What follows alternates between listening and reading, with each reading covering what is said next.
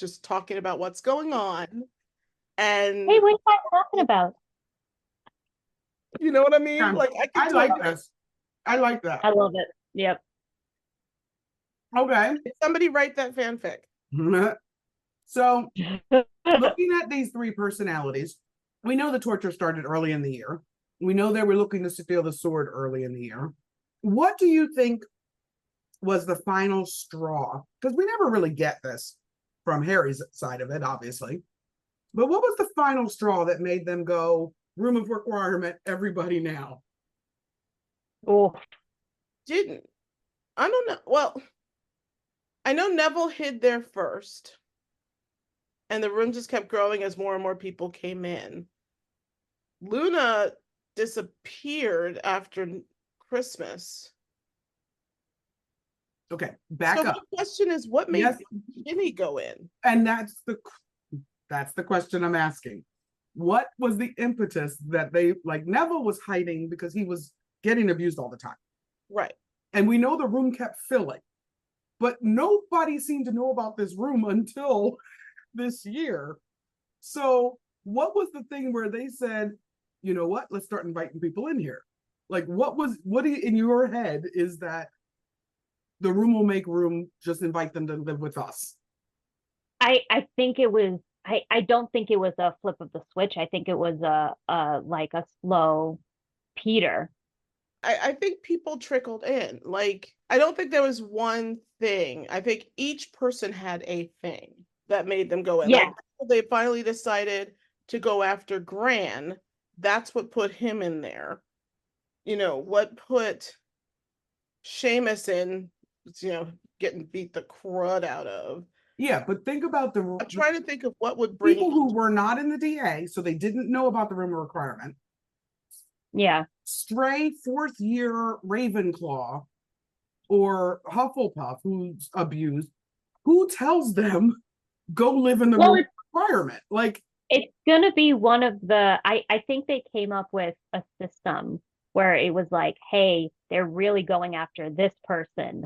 We should let them know about the room of requirement. And they have to be careful because there might be snitches around, the bad kind. I think still using And the DA coins yeah, each other, you know, and yeah, then I think they mentioned they're still using the DA coin. So you can say like, hey, Pembroke Livingston is really getting beat up now. And as the head, let me think of a better phrase, as the leaders of this rebellious student group go into hiding or are found less or are caught less, the teachers still want to instill that fear in students. So they're going to continue beating up on people and they need new targets. Mm-hmm. So I'll add in the portraits because you know how I feel like the portraits were the spies. Oh. You have to know that, like, the portraits knew what was happening. So, assuming they have a strong, and this is an assumption, but the portraits are loyal to the school. The portraits are loyal to the leaders of the school. The portraits probably know the truth about Snape because all of the heads are in the office where he confessed to Dumbledore years ago and has been visiting for 11 years, 17 years, whatever. Do you think the portraits helped some of the students get to the room of requirement to safety? Absolutely. Or told a teacher to tell, like a teacher like McGonagall, right, to tell student X to go to the 7th floor and just walk around a while. Like, it's going to sound really stupid, but I don't think so. And the only reason I don't think so is because I can't imagine there weren't portraits that were loyal to some Slytherin students, and we know the Slytherins didn't know. I absolutely think they're loyal to the Slytherin students, but they also knew the Slytherin students wouldn't have been welcome in that room.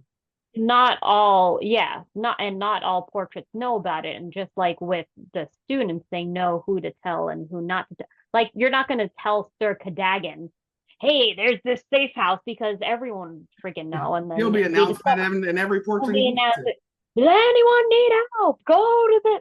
But I think if there are any portraits in the, however, wherever the closest portrait is to that corridor, I think a painting is like, hey, kid, come here with me. And, leads him and then just says, like, go up there, walk back and forth a couple times, thinking that you need a safe space.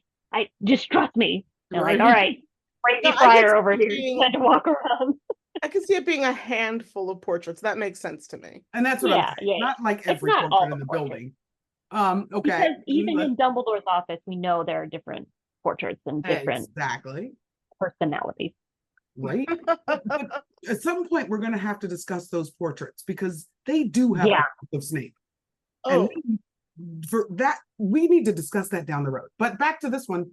So leaving the portraits, next one being the ghosts, not counting Peeves. Yeah. What do you think the ghosts were doing this year? Helping with, not helping with?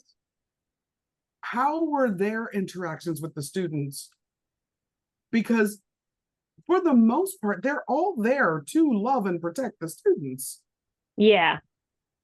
The Fat Friar was definitely pulling some shit and like passing notes, and as soon as, I don't know how long it took, but as soon as he found out about the resistance, he was just like, yep, absolutely, 100%.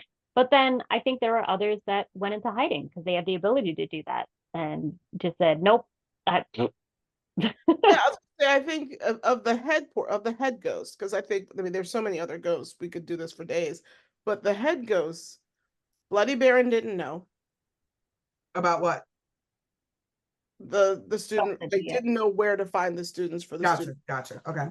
I think Helena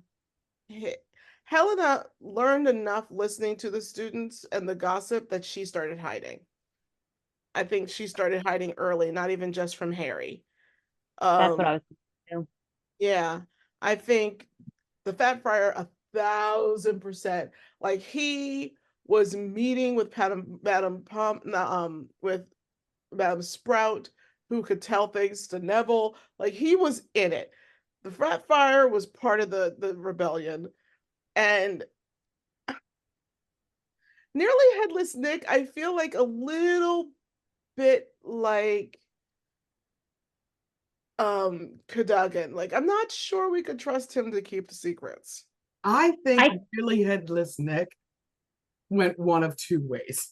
He either became the protector of the students and tried to like foil and scare and do whatever he could to keep them away because it's so unexpected that he would, or he was all on the Caro side and was like telling people where we're telling the Caros where to find the kids, like not the room requirement, but was like, Nearly Headless Nick? No, not, I'm sorry, not Nearly Headless. I'm sorry. Bloody Baron. I was thinking Bloody Baron. I was about to be like, show your work. Where the heck is that coming from? No, I will say no, I don't think Nick would know. I think they did not tell Nick.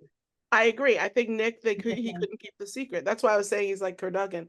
I do think it's interesting the Bloody Baron actively helping the Caros. I never thought about it. And not because he wanted students punished, but because he likes mayhem. Yeah. And he comes from mayhem, and he is like, that's just more mayhem and fun for him. He would not see it as that students could die. Like, I don't think he took it seriously enough. See, so let me Bloody Baron. That's what I mean. You what? Yeah. Let me present a possibility here that may have happened for a little while. Is it possible that Helena then finally talked to him for the first time in whatever it is, a million years, and was like, hey, if you love me, you will stop doing this, even though we're dead? I can see her wanting to, but I don't know if she's hiding to do it. Yeah. Which is really funny. They're at the same school she's trying to hide from him, but Now that we know they can leave, I'd be like, why are you still there? Why are you, like, of all the places?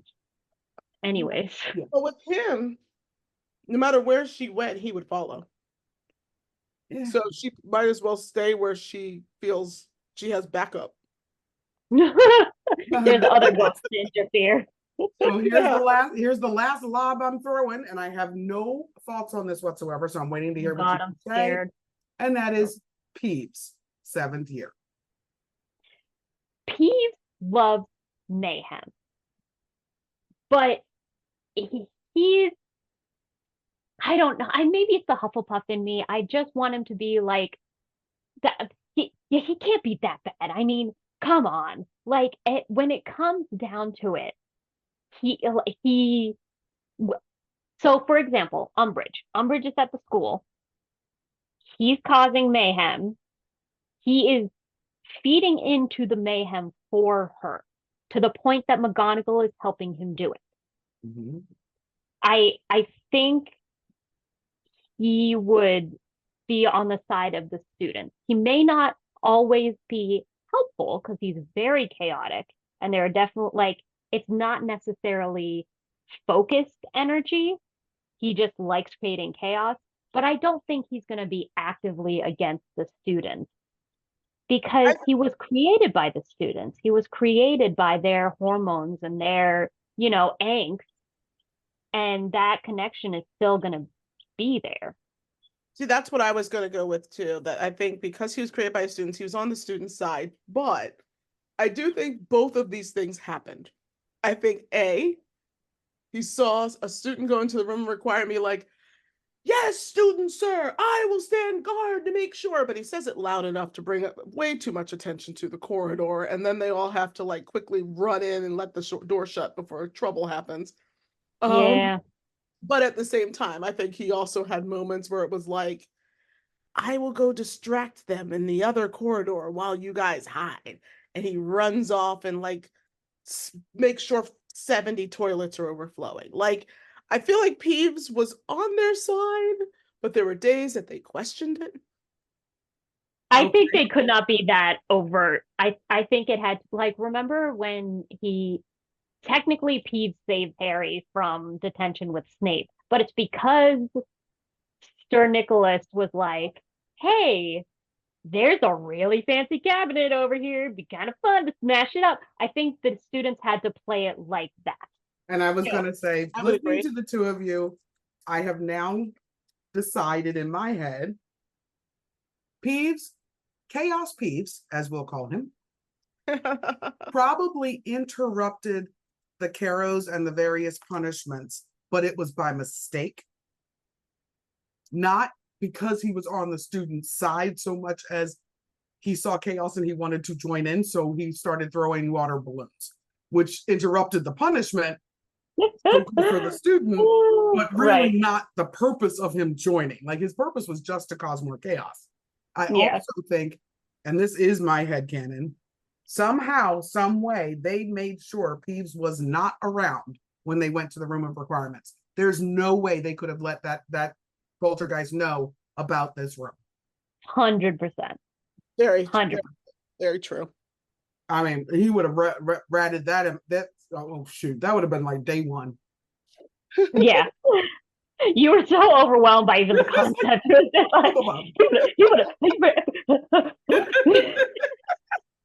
Okay, so back to Luna, Jenny, Neville. The next question. How many times or how often do you think the three of them sat down to plan and talk as leaders of this whole thing? Or do you think they just kept acting and reacting and never quite realized their leadership until they had to when Harry came back and Neville's like, everybody shut up and listen? Is that even, do we know that they were the leaders? That's what I'm asking. Because that might have just been because Neville got Aberforth's message and happened to be the one that walks in with, the chosen one. With the golden trio, and happens to be the one. it's tough to see Ginny not in a leadership position because she would be very frustrated about not being able to help Harry, Ron, and Hermione